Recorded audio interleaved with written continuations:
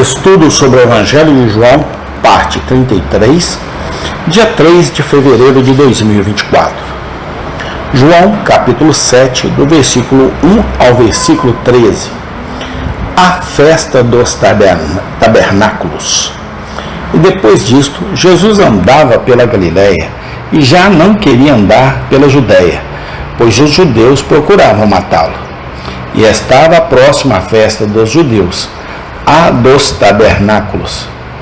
Disseram-lhe, pois, seus irmãos: sai daqui e vai para a Judéia, para que também os teus discípulos vejam as obras que fazes. Porque não há ninguém que procure ser conhecido que faça alguma coisa em oculto. Se fazes estas coisas, manifesta-te ao mundo. Porque nem mesmo seus irmãos criam nele. Disse-lhes, pois, Jesus: ainda não é chegado o meu tempo, mas o vosso tempo sempre está pronto. O mundo não vos pode odiar, mas ele me odeia a mim, porquanto dele testifico que as suas obras são más. Subi-vos a esta festa. Eu não subo ainda a esta festa, porque ainda o meu tempo não está cumprido. E havendo-lhes dito isto, ficou na Galiléia.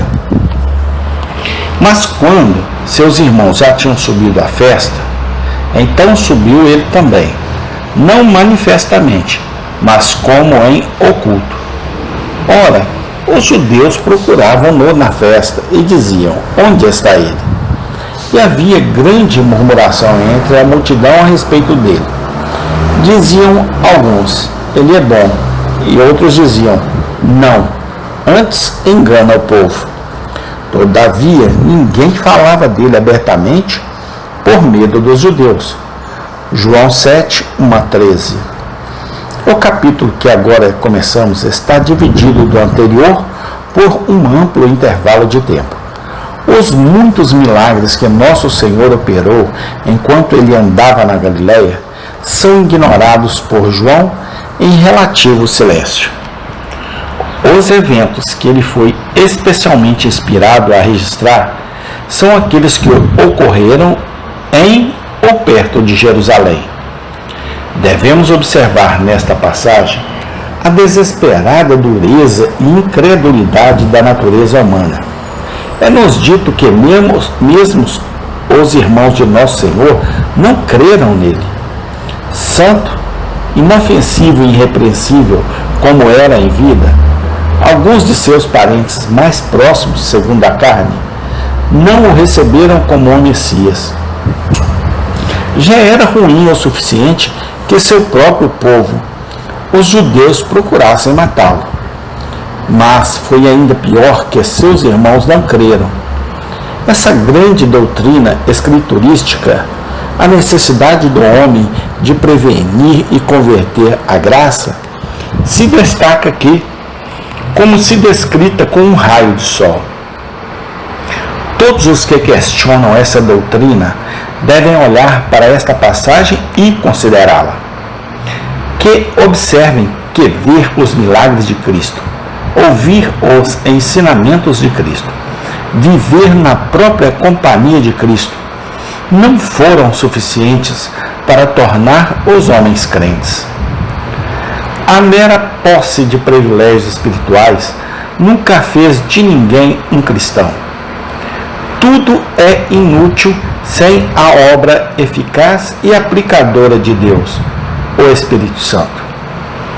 Não é de admirar que nosso Senhor tenha dito em outro lugar: ninguém pode vir a mim se o Pai que me enviou não o trouxer. João 6, 44.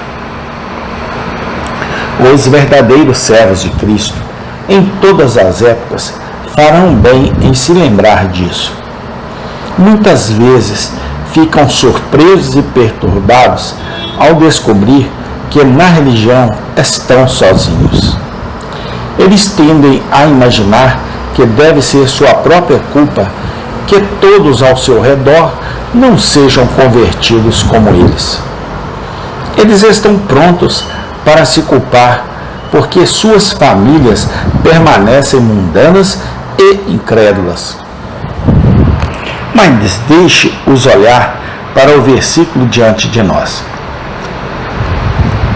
Em nosso Senhor Jesus Cristo não havia falha nem no temperamento, nem nas palavras, nem nas ações. No entanto, mesmo os próprios irmãos de Cristo não creram nele. Nosso abençoado mestre aprendeu verdadeiramente por experiência como simpatizar com todo o seu povo que está sozinho. Este é um pensamento cheio de conforto doce, agradável e indescritível. Ele conhece o coração de cada crente isolado e pode ser tocado pelo sentimento de suas provações. Ele bebeu este cálice amargo. Ele passou por este fogo. Que todos os que estão desmaiados e abatidos, porque irmãos e irmãs desprezam sua religião, voltem-se para Cristo em busca de conforto e abram seus corações diante dele. Ele suportou ser tentado dessa maneira e pode ajudar tanto quanto sentir. Hebreus 2,18.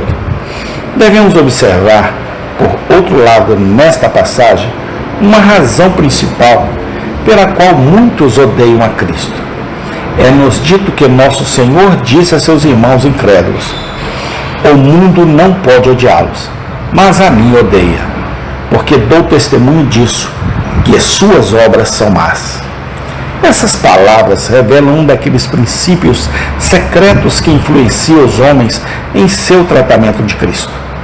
Eles ajudam a explicar aquela inimizade mortal com que muitos durante o ministério terreno de nosso Senhor consideravam ele e seu evangelho. Não foram tanto as altas doutrinas que ele pregou, mas o alto padrão de prática que ele proclamou que ofendeu. Não era nem mesmo sua reivindicação de receber o Messias que os homens detestavam tanto, mas seu testemunho contra a maldade de suas vidas.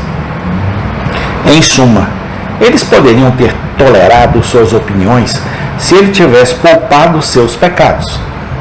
O princípio, podemos ter certeza, é de aplicação universal. Está em ação agora tanto quanto há 2000 anos.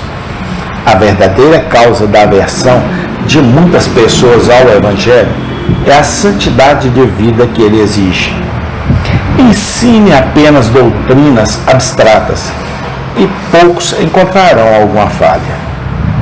Denuncie os pecados da moda do dia e exorte os homens a se arrependerem e andarem consistentemente com Deus, e milhares de uma só vez serão ofendidos.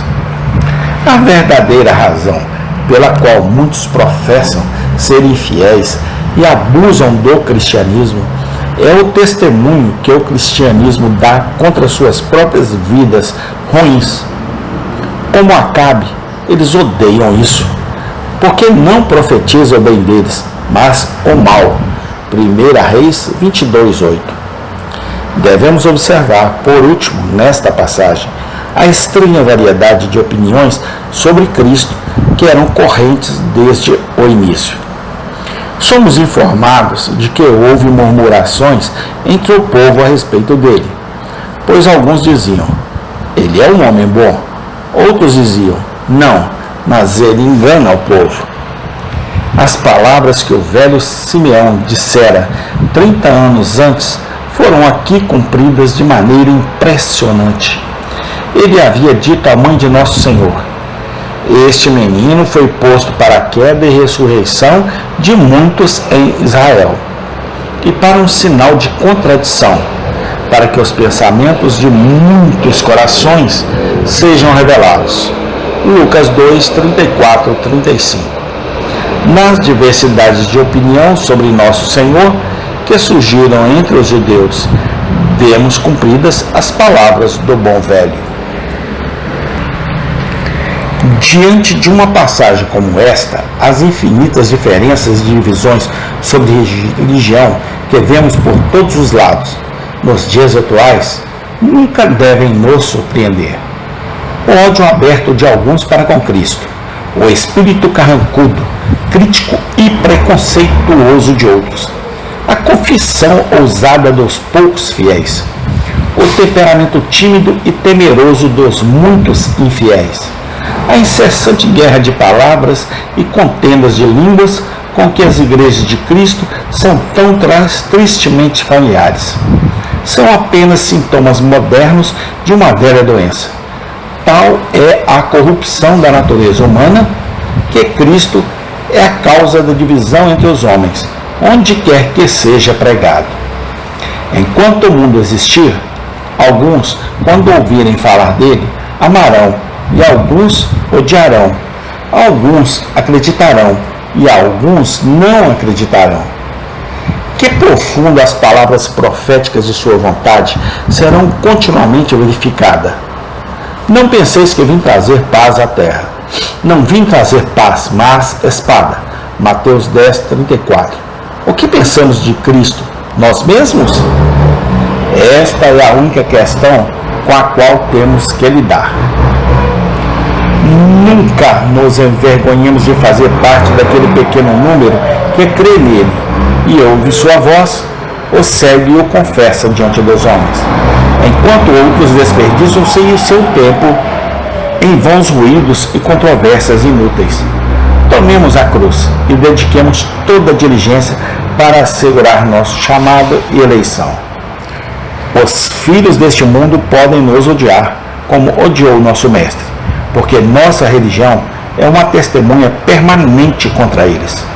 Mas o último dia mostrará que escolhemos com sabedoria, não perdemos nada e ganhamos uma coroa de glória que não murcha. Amém. Tem continuação. Obrigado, Senhor. Até aqui o Senhor tem nos ajudado. Amém.